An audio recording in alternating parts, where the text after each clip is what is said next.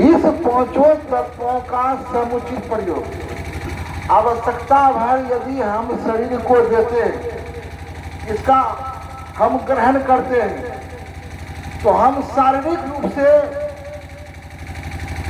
स्वस्थ रहेंगे और मानसिक रूप से स्वस्थ रहने के लिए सभी इंद्रियों का संतुलित उपयोग ये जरूरी है। और तब हमारे जीवन में शांति मिलेगी। शांति के लिए लोग सत्संग में आते हैं, भाग लेते हैं और उससे ज्ञान सीखते हैं। किस तरह से? तो हमारे जीवन में जब शीलता आएगी, धीरता आएगी, जीवन जीने की एक कला है, तो सबसे पहले नंबर पर है पृथ्वी तत्व। बाबा इसके संबंध में कहे हैं, भोजन को आधा करो, पानी को करो दुगुना, श्रम को तिगुना, हंसना को चौगुना। भोजन सात्विक हो, सात्विक भोजन शुद्ध हवा यदि हम लोग रहेंगे, खाएंगे, ग्रहण करेंगे, तो हमारे अंदर जो है सात्विक विचार उत्पन्न होगा, सतोगुणी विचार उत्पन्न होगा। यदि तमोगुणी भोजन करेंगे तो तमोगुणी विचार हमारे अंदर होगा। तो बाबा इसके संबंध में कहे हैं सात्विक भोजन, आहार कैसा हो? सात्विक हो, शुद्ध हवा हो। तो भोजन आवश्यकता से थोड़ा कम, जितना भूख हो, जितनी भूख लगी है, भूख से थोड़ा कम यदि भोजन करेंगे, सात्विक ग्रहण करेंगे, तो हमारे अंदर यह सत्वगुणी विचार उत्पन्न होगा। कहा जाता है जैसा अन्न वैसा मन। यदि आप जैसे महिला सब कभी कभी जो है क्रोध में आ जाती है, तो क्रोध में आ जाती है और उस समय भोजन बनाती है, तो जैसे तैसे बनाती है। परिणाम क्या होता? उस दिन भोजन का जो स्वाद होता है वह ठीक नहीं होता। कभी नमक अधिक है, मिर्चाई अधिक है, या तो मिर्चाई दिए ही नहीं, नमक दिए नहीं, उस तरह का भोजन बनता है। लेकिन वही पर्व त्योहार के दिन जब नहा धो करके पवित्र भाव से भोजन बनाता है, जैसे बाबा के लिए बनता था, स्नान करके नंगे पांव और उत्साह पूर्वक भोजन बनाया जाता है। उत्साह में कोई कमी नहीं, श्रद्धा पूर्वक। तो उस तरह का यदि हम लोग भोजन करेंगे तो हमारे जीवन जो है, हमारे जीवन में विचार अच्छा होगा। भोजन का स्वाद जो है विशेष अच्छा होगा। सबरी मैया बैल को चीख करके भोजन को, बैल को चीख करके भगवान को भोग लगाते थे। अब भगवान बैल खाते थे और उसका प्रशंसा करते थे। विदुर के यहाँ साग रोटी खाए, यहाँ तक कि भाव में जो है एक दिन उनकी पत्नी जो है केले का छिलका भगवान को भोग लगा दिया, तो श्रद्धा पूर्वक खिला रहे, उत्साह पूर्वक खिला रहे, तो भगवान को वह छिलका भी बहुत अच्छा लग रहा था और बार बार प्रशंसा कर रहे थे, वाह काकी वाह वाह, बहुत सुंदर, बहुत स्वादिष्ट। एक दिन भगवान राम को प्रश्न कर दिए माता कौशल्या, बेटा तुमको जो भोजन करा रहे हैं, तुम्हारी सास भी भोजन कराई होगी, भोजन का कैसा स्वाद है? क्या मां तुम भी खिला रही, सास भी खिलाई, सीता भी खिलाती, लेकिन जो स्वाद सबरी मां के बैल में था वह स्वाद और जगह नहीं। तो कहा जाता है, बाबा इसके संबंध में लिखे हैं, साधु भूखा भाव का, धन का भूखा न, जो साधु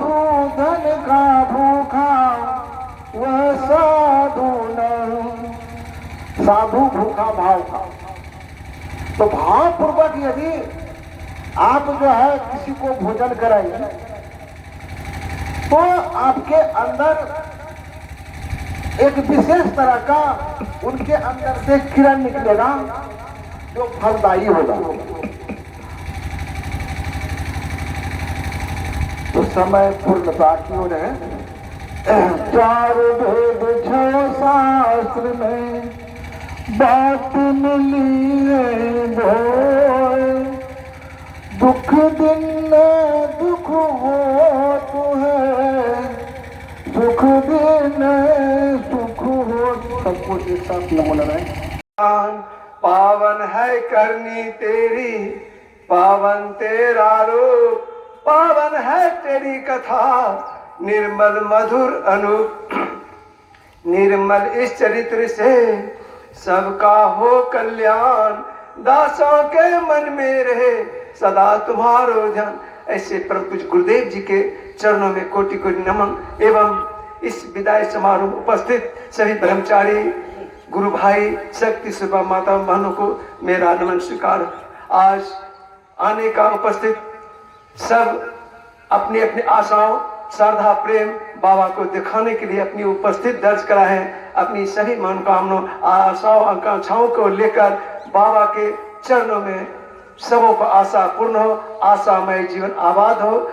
इसी आधार पर हम सब आपके बीच एक विदाई गान प्रस्तुत करने का सौभाग्य प्राप्त हुआ, जो बाबा के चरणों में प्रस्तुत करने जा रहा हूं। आज विदाई दिवस है। आज बाबा का स्वागत है,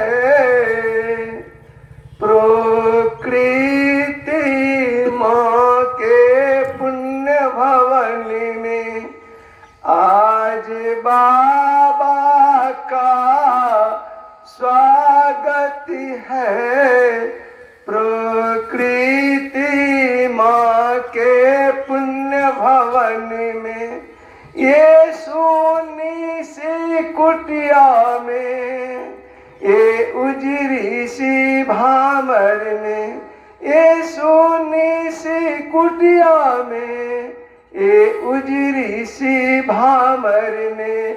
आज बाबा का स्वागत है, प्रकृति माँ के पुण्य भवन में।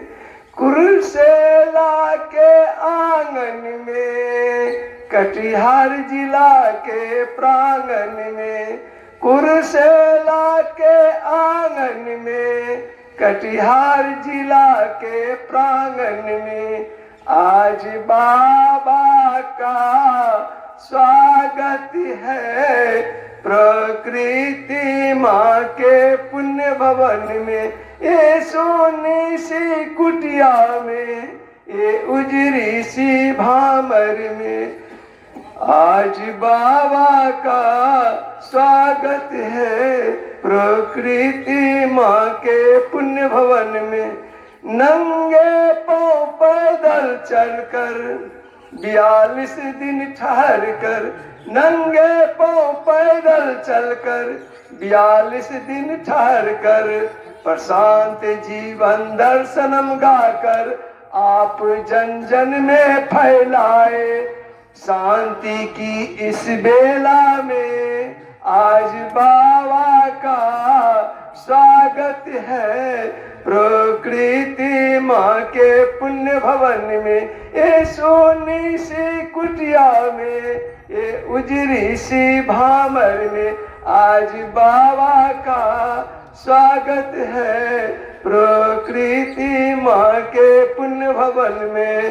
तन को किया समर्पित, मन को किया समर्पित, तन को किया समर्पित, मन को किया समर्पित, जीवन को किया समर्पित, प्रकृति माँ के पुण्य भवन में। आज बाबा का स्वागत है, प्रकृति माँ के पुण्य भवन में। ये सोनी सी कुटिया में, ये उजरी सी भामर में। आज बाबा का स्वागत है। प्रकृति माँ के पुण्य। सतगुरु महाराज प्रशांत गुरु बाबा प्रशांति जीवन दर्शन, प्रशांति जीवन दर्शन, प्रशांति जीवन दर्शन। अब हम सब के बीच श्रद्धेय श्री प्रमोद जी गोछार महत्व से आए हैं। इनके विचारों को सबों ने श्रद्धापूर्वक 10 मिनट श्रवण करें, क्योंकि समय का बहुत अभाव है।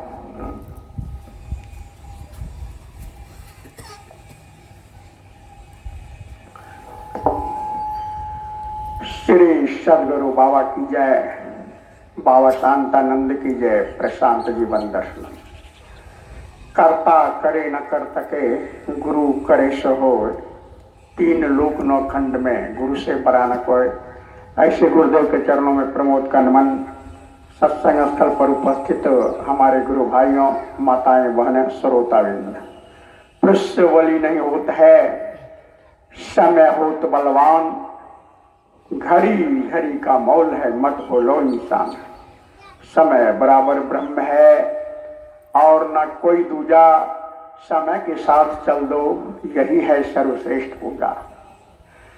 आज का यह भ्रमणशील सत्संग हमें बाबा को याद करने का शुभ अवसर प्रदान करता है। जब हम बाबा को याद करते हैं तब बाबा का दया बरसता है और हम तमाम गुरु भाइयों के मनोइच्छित फल की प्राप्ति होती है। तो बाबा हम लोगों को प्रार्थना, कीर्तन, तत्गुण वंदना बहुत सारे शब्द दिए हैं, जिन शब्दों को अगर हम जीवन में उतार लेते हैं निश्चित रूप से वो हमारे जीवन को कल्याण कर देता है। अब है कि कल्याण कर देता है, कल्याण शब्द का अर्थ क्या होता है? कल्याण शब्द का अर्थ होता है सुख, शांति और मुक्ति। तो हमें विचार करना है कि हम लोगों को चाहिए क्या? सुख चाहिए, शांति चाहिए और अंत में मुक्ति चाहिए। तो सुख, शांति, मुक्ति कैसे मिले? तो बाबा के तमाम शब्द को उपदेश के रूप में आप जिस शब्द को लें, सबसे पहले बाबा के उपदेश में तन सेवा साधन, जन सेवा सिद्धि, इस पर विचार करें। क्योंकि तन अर्थात शरीर, आप भौतिक क्षेत्र में हो या आध्यात्मिक क्षेत्र में हो, दोनों का केंद्र बिंदु ये तन ही है, अर्थात शरीर ही है। जब तक आपका शरीर स्वस्थ, निरोग और ठीक ठाक नहीं होगा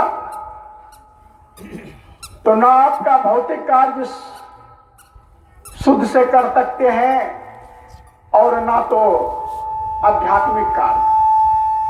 इसीलिए आपको हमेशा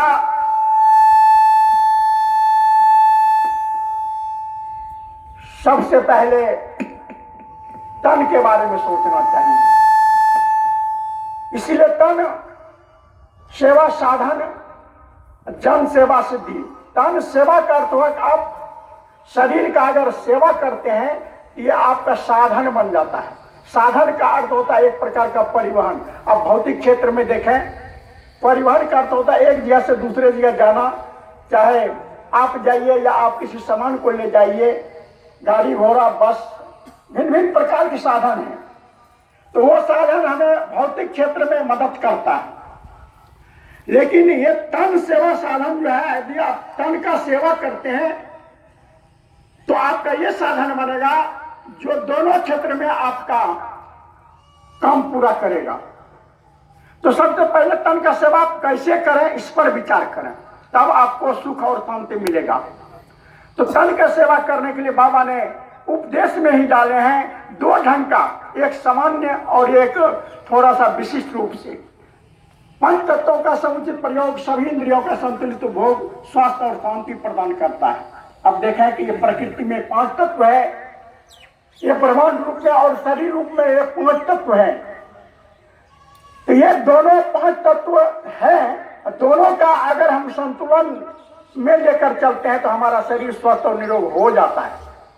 लेकिन ये थोड़ा कठिन है, हम तमाम ग्रस्त जीवन वालों के लिए ये थोड़ा कठिन होता है। इसीलिए बाबा ने फिर एक उपदेश देते हैं कि सात्विक भोजन, शुद्ध हवा, आसन, व्यायाम भी स्वास्थ्य है। अब दूसरा जो सिंपल है, साधारण है, जिसका प्रयोग हम लोग करते हैं, तो सात्विक भोजन, शुद्ध हवा, आसन, व्यायाम ही स्वास्थ्य है। और स्वास्थ्य ही तन सेवा हो गया। आपका अगर स्वास्थ्य ठीक है तो आपका तन का सेवा हो गया। अब सात्विक भोजन क्या है, इस पर विचार आप करें। वैसे पौधों से प्राप्त तमाम भोजन सात्विक हो जाते हैं। तो पौधों से अगर तमाम भोजन का प्रयोग हम सही सही कर लेते हैं तो हमारे शरीर को सारे चीज़ों की पूर्ति होती है। क्योंकि शरीर में खनिज, लवण, विटामिन, प्रोटीन, बहुत सारे तत्व हैं जो हमारे शरीर को चाहिए। और जब तक वह हमारे शरीर को नहीं मिलेगा तो वह हमारा शरीर शुद्ध और निरोग नहीं होगा। इसीलिए हमें सात्विक भोजन का प्रयोग करना चाहिए। तो सात्विक भोजन में अनाज का प्रयोग करें, फल फूल का प्रयोग करें, साग सब्जी, हरी साग सब्जी का प्रयोग करें, मसाला के रूप में जितने हैं सबका प्रयोग करें, जिससे हमारे शरीर में सारे तत्वों का पूर्ति होगा और शरीर हमारा स्वस्थ और निरोग रहेगा। क्योंकि समय का जो है अभाव है, इसीलिए ठीक रहे, थोड़ा तो विस्तार बहुत लंबा हो जाएगा। तो इसीलिए अब इसका दूसरा भाग है शुद्ध हवा। सात्विक भोजन, शुद्ध हवा। शुद्ध हवा का अर्थ होता है प्राणायाम करना। इस शरीर को जितना वायु चाहिए, मान लीजिए 100% अगर वायु चाहिए, अगर समान रूप से हम वायु का प्रयोग करते हैं तो वह हमारे तमाम बिंदुओं पर वह कार्य नहीं कर पाता है। जब हमारे तमाम बिंदु पर काम नहीं करता है तो हम जो अभी सात्विक भोजन का चर्चा किए वह भी काम नहीं करता। इसीलिए वायु का प्रयोग करना बहुत ही जरूरी है। यदि हम वायु का प्रयोग करते हैं अर्थात प्राणायाम करते हैं, ऐसे भी प्राणायाम का तो होता है प्राण जो आयाम, प्राण को लंबा करने वाला, अर्थात अगर वायु का प्रयोग सही कर लेते हैं अर्थात प्राणायाम कर लेते हैं, और प्राणायाम भिन्न भिन्न प्रकार के हैं, तो उन प्राणायाम द्वारा हमारे शरीर के नस नाड़ियां जितने भी हैं सारे शुद्ध और सिद्ध हो जाते हैं। जब शुद्ध सिद्ध होते हैं तो वो अपना काम करते हैं। अब है कि हमने अभी जो सात्विक भोजन का चर्चा किए, सात्विक भोजन अगर हम कर भी लेते हैं, यदि वायु अगर उसके साथ नहीं देते हैं, प्रयोग नहीं करते हैं, तो उस सात्विक भोजन का कोई अस्तित्व नहीं रहता है। अर्थात विज्ञान कहता है कि जो सात्विक भोजन हम करते हैं वो सारे ग्लूकोज में बदलता है और वह भी ब्लड में मिलकर कोशिका में जाता है, और ये वायु जो हम लेते हैं वह भी ब्लड में मिलकर कोशिका में जाता है। ये दोनों मिलकर अभिक्रिया कर ऊर्जा का निर्माण करता है। तो कितना करता है? 600 से अधिक। और जब हम बिना वायु का ये सात्विक भोजन अगर कम करता है तो मात्र 36 कैलोरी के आसपास करता है। मुझे कितना घाटा लगा? 600 कैलोरी का लगभग घाटा लगता है। तो कहने का अर्थ है कि सात्विक भोजन हम कर लेते हैं, वायु का प्रयोग भी सही करते हैं, तब उसका सही से प्रयोग होता है और उसका प्रभाव हमारे शरीर पर पड़ता है और हमारा शरीर शुद्ध सिद्ध हो जाता है। उसके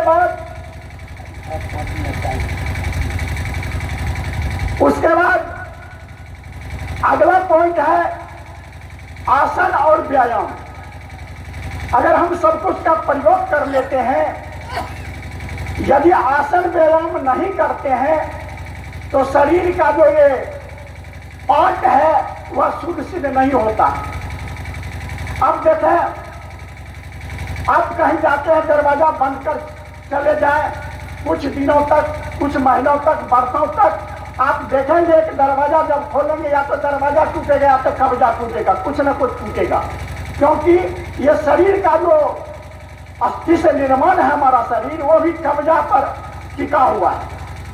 जब हम शरीर को हिलाते रहते हैं अर्थात व्यायाम करते रहते हैं तो हमारे शरीर के एक एक अंग प्रत्यंग सुचारू रूप से काम करता है, और सुचारू रूप से जब वो काम करता है तो हमारे शरीर में जितने भी विकार हैं वह उत्सर्जन पदार्थ ब्लड के द्वारा, श्वसन क्रिया के द्वारा बाहर निकलते रहता है। उसके बाद शरीर शुद्ध और सिद्ध हो जाता है। उसके बाद आसन, हम किसी भी आसन में बैठने का प्रयास करेंगे, जब आसन ठीक होगा तभी हमारा साधना पूरा होगा, क्योंकि आसन जब तक ठीक नहीं होगा तो आपका साधना पूरा नहीं होगा। इसीलिए आप सबसे पहले आसन, जिस आसन बचे, जो भी आसन आपको समझ में आवे उस आसन का प्रयोग करें, उसको जीवन में उतारने का प्रयास करें। जब आपके जीवन में उतरेगा तो आप आसन में बैठ जाएंगे, निश्चित रूप से ढंग से बैठेंगे, आपका कोई असर नहीं पड़ेगा। आप अपने जान को इधर उधर नहीं करेंगे, आप एकदम एकाग्र हो जाएंगे, आप ऊर्जावान हो जाएंगे और आपका जो ध्यान कक्ष है, साधना कक्ष है, वो पूरा होने लगेगा। जब वो ध्यान कक्ष होगा तो आपके अंदर की जो ऊर्जा है वह ऊर्ध्वगामी होगा और आपके शरीर के तमाम रोगों को दूर करेगा। तो इस प्रकार यदि हम तन का सेवा कर लेते हैं तो क्या होगा, आपका शरीर साधन बनेगा, और जब आपका शरीर साधन बनेगा तो आप भौतिक क्षेत्र के साथ साथ आध्यात्मिक क्षेत्र का कार्य करेंगे, अर्थात समाज का सेवा, तन सेवा साधन, जन सेवा से भी जन्म लेकर संसार समाज, आप परिवार का सेवा करेंगे, संसार का सेवा करेंगे, गौ का सेवा, जिला सबका सेवा करेंगे, अर्थात आपका सब कुछ पूरा हो जाएगा। इन्हीं शब्दों के साथ मैं अपने वाणी को विराम देते हुए पुनः गुरुदेव को नमन करता हूँ। अब हम सबों के बीच सदस्य देवाकर जी महर्षि मन से जो आए हैं अपने विचारों को रखने आ रहे हैं, इनके विचारों को हम श्रद्धापूर्वक श्रवण करें। श्री देवाकर जी।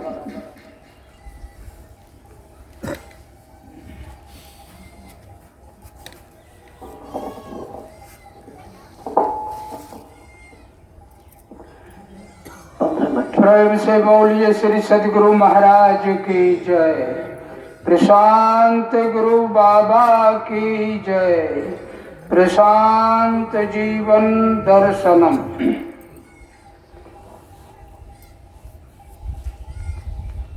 सत्संग स्थल पर उपस्थित मेरे सभी वरिष्ठ गुरु भाइयों, श्रद्धालु सत्संग प्रेमियों, माताओं, आप सबों को मेरा हार्दिक नमो नारायण।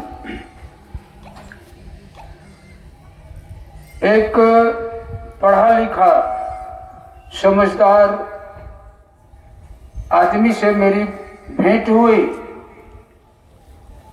उन्होंने पूछा कि मास्टर साहब, प्रशांत जीवन दर्शनम का क्या अर्थ होता है? हमको लगा कि पढ़ा लिखा आदमी है, एक लाइन में उसको हम जवाब दें। हम उनको बोले कि प्रशांत जीवन दर्शनम का अंग्रेजी में अनुवाद आप करेंगे तो सीधा अर्थ होगा a philosophy of a peaceful life. प्रशांत जीवन का दर्शन। दर्शन नहीं समझे दर्शन क्या होता, तो मैंने कहा कि देखिए, आज का जो समाज है, आजकल की दुनिया जो है, वह सब अस्त व्यस्त है।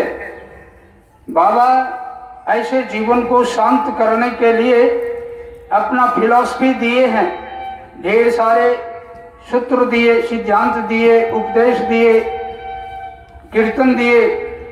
उन्हीं को हम लोग ग्रहण करते हुए अपने जीवन को शांत करना चाहते हैं।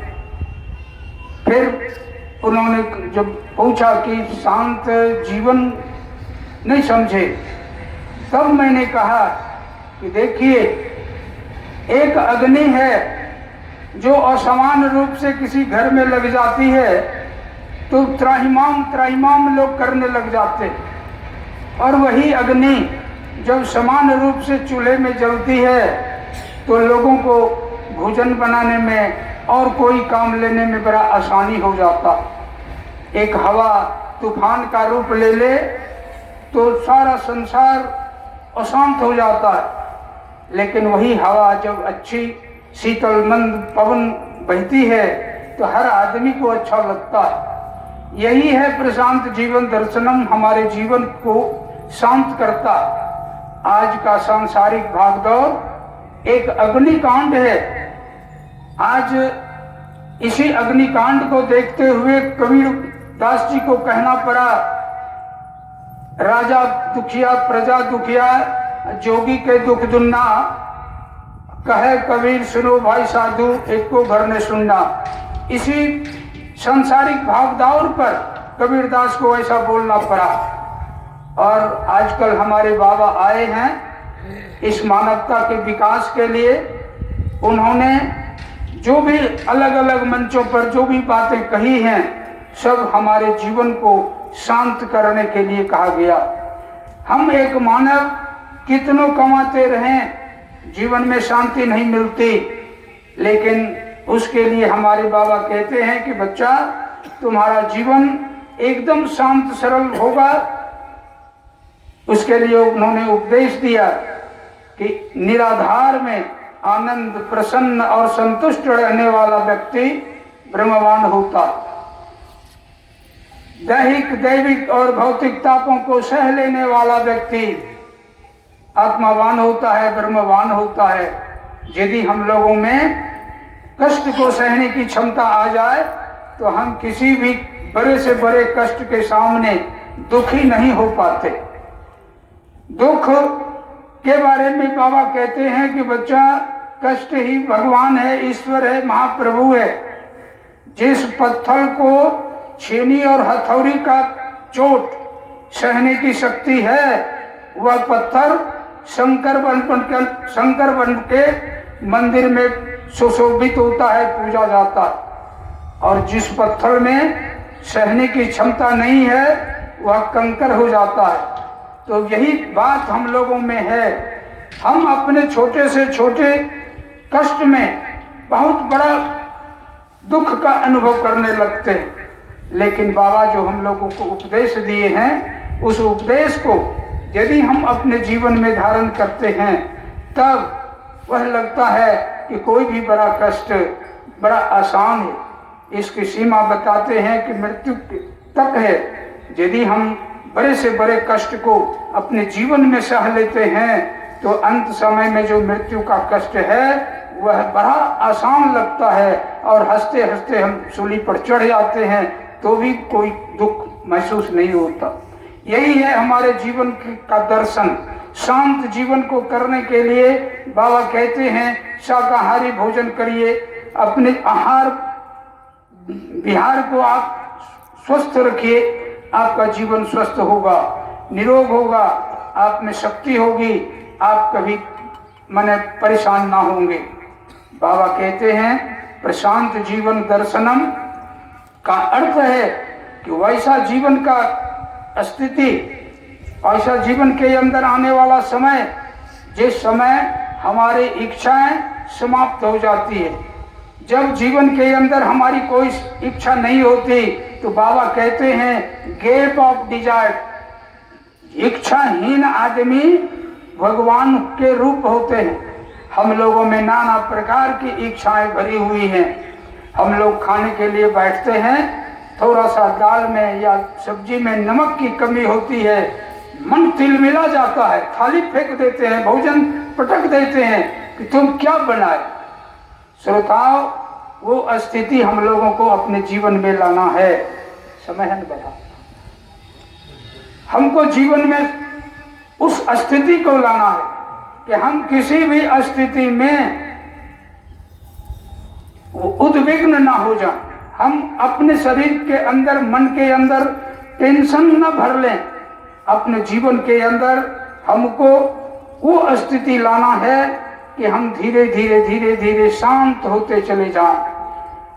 पत्नी भी बिगड़ी तो भी अच्छा, बेटा भी बिगड़ गया तो भी अच्छा, परिवार समाज जो भी कोई गलती पर बिगड़ गया तो वो अच्छा। बाबा शांति उपदेश में कहते हैं कि बच्चा भूख प्यास नींद ये सब जब सरल हो जाता है, अपमान निंदा और तिरस्कार जब वरदान हो जाता है, तब समझिए हमारे जीवन में कुछ शांति आ रही है। हम अपने आप में थोड़ी सी चीज के लिए कोई चीज की कमी होती है, एक बेटा बाप पर बिगड़ जाता है, बाप कुछ मांगता है, बेटा देने से इनकार कर जाता है। क्या छोटे छोटे चीजों के लिए हम लोग उतावला हो जाते हैं। बाबा कहते हैं कि बच्चा स्वार्थहीन जीवन ब्रह्ममय होता है। यदि आप अपने जीवन के अंदर चाहते हैं सुखी संपन्न रहें, आनंदमय रहें, किसी चीज की आवश्यकता है नहीं, अपने लिए कुछ करना नहीं है, दूसरों के लिए करके यदि देखते हैं तो जीवन में शांति मिलती है। और स्वार्थमय जीवन जो है अपने लिए यदि जीते हैं तो वह स्वार्थहीन होता है, यानी ब्रह्महीन होता है। इसलिए अपने लिए कभी मरने का प्रयास न करें, दूसरों के लिए हमेशा तैयार रहें। एक इस बात को प्रशांत जीवन दर्शनम को समझने के लिए एक छोटा सा दृष्टांत देता हूँ कि एक संत जो अपने जीवन में शांति को पा लिए थे, संजोग से एक गांव होकर के जा रहे थे। उस गांव में एक प्रतिबंध था कि जो आदमी किसी दूसरे आदमी से घड़ी में समय पूछ ले, जितना समय होगा उतना डंडा उसको लगेगा। ये प्रतिबंध एक बना दिया था। उस संत को मालूम नहीं था, उस गांव होकर के गुजर रहे थे। दोपहर का समय लगभग हो गया, उसको लगा कि समय एक घड़ी वाले से पूछ लेते हैं कि कितना बजा। उस आदमी संत ने उस आदमी से पूछा, बाप बच्चा कितना बजा? वह आदमी घड़ी देख कर कहता है, बाबा 1 बजा। तो उस प्रतिबंध के हिसाब से लोग आए और बाबा को एक डंडा मार दिए। यदि हम लोगों को किसी गांव में एक डंडा लग जाए तो अपना खून खराबा भी करने के लिए तैयार हो जाते हैं, क्या नहीं कर सकते। लेकिन बाबा शांत मिजाज के थे, इसलिए एक डंडा लगने पर भी वो मुस्कुराए, भगवान से प्रार्थना किए, भगवान को मने की सराहना किए कि आप प्रभु आप कितना उदार हैं, कितना मेहरबान हैं हमारे ऊपर। इसी गांव में यदि 1 घंटा हम पहले प्रवेश करते और किसी से पूछते तो हमको 12 घंटा लग जाता। प्रभु आप कितना दयालु हैं कि 1 घंटा में ही हमारी फुर्सत हो गई। तो यही सोच है श्रोताओं हम लोगों को बनाना। जीवन में कितना बड़ा से बड़ा कष्ट आ जाए, हम उसको अच्छा समझें, हम उसको सोचें कि जीवन में जो ये कष्ट आया मेरे लिए वरदान हो रहा है, हम इस कष्ट को सहेंगे, आने वाला समय हमारा सुखमय होगा। मैं विशेष समय नहीं लेना चाहता। जीवन का आनंद, समय का पाबंद जीवन का आनंद होता है। इन्हीं शब्दों के साथ मैं अपनी वाणी को विराम देते हुए आप सबों को नमो नारायण। अब हम सबों के बीच अमित जी एक भजन लेकर आ रहे हैं, अपने समय के अनुसार। सबके सामने 3 बजने वाला है, भजन को पूरा करें भाव के साथ। परम पूज्य गुरुदेव के चरणों में सादर प्रणाम करते। सत्संग स्थल पर उपस्थित ब्रह्मचारीगण एवं वरिष्ठ गुरु भाई एवं माताएं सबों को एक साथ नमो नारायण। आप सबों के बीच एक भजन सुनाने जा रहे हैं। बोलिए प्रेम से श्री सद्गुरु महाराज की जय, प्रशांत गुरु बाबा की जय, प्रशांत जीवन दर्शनम। 3 लोक 9 खंड में गुरु से बड़ा न कोई, करता कर सके गुरु करे सो हो।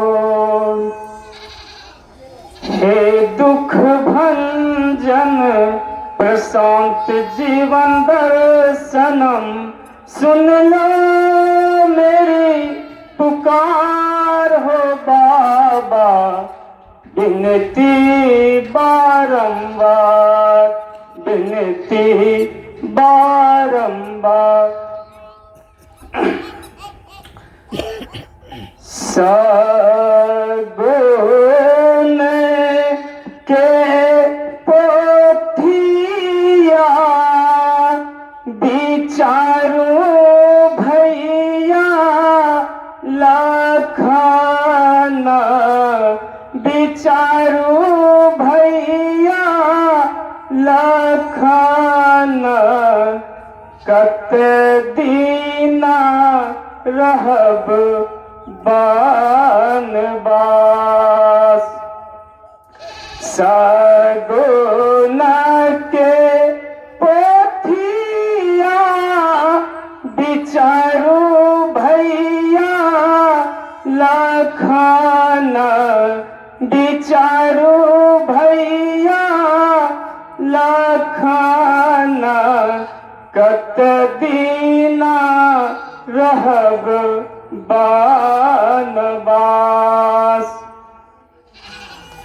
30 दिन के लागल मास जे महीना हो, मास जे महीना हो, 14 बरस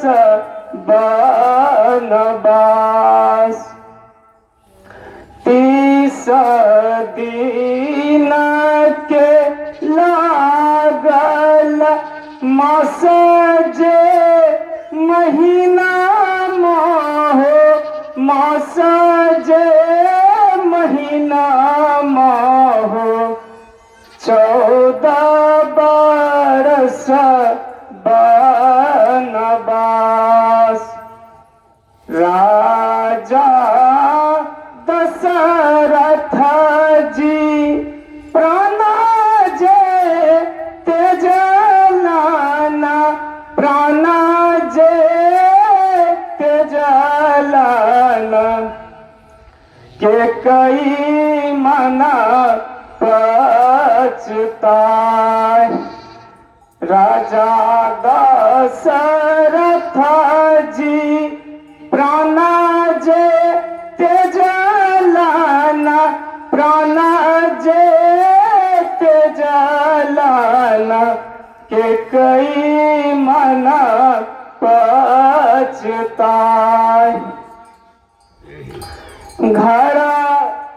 घरा बा मेरो बे होते माता जे कौशल्या रानी, माता जे कौशल्या रानी, बाहर भारत ऐसन भाई। घरा बा मेरो बे होते माता जे कौशल्या रानी, माता जे कौशल्या रानी, बाहर भारत ऐसन भाई। तुलसी दास प्रभु तुम्हारे दरस के हो, तुम्हारे दरस के हो, लिख लो मिट लो नाही जाए। तुलसी दास प्रभु तुम्हारे दरस के हो, तुम्हारे दरस के हो, लिख लो मिट लो। समय का पाबंद, जीवन का आनंद, समय शांति है, शक्ति है और संपत्ति है। इसलिए होत बलवान घड़ी घड़ी का मूल है, मत चुको इंसान। समय बराबर ब्रह्म है, इसके सिवा कोई और न दूजा। समय के साथ चल दो,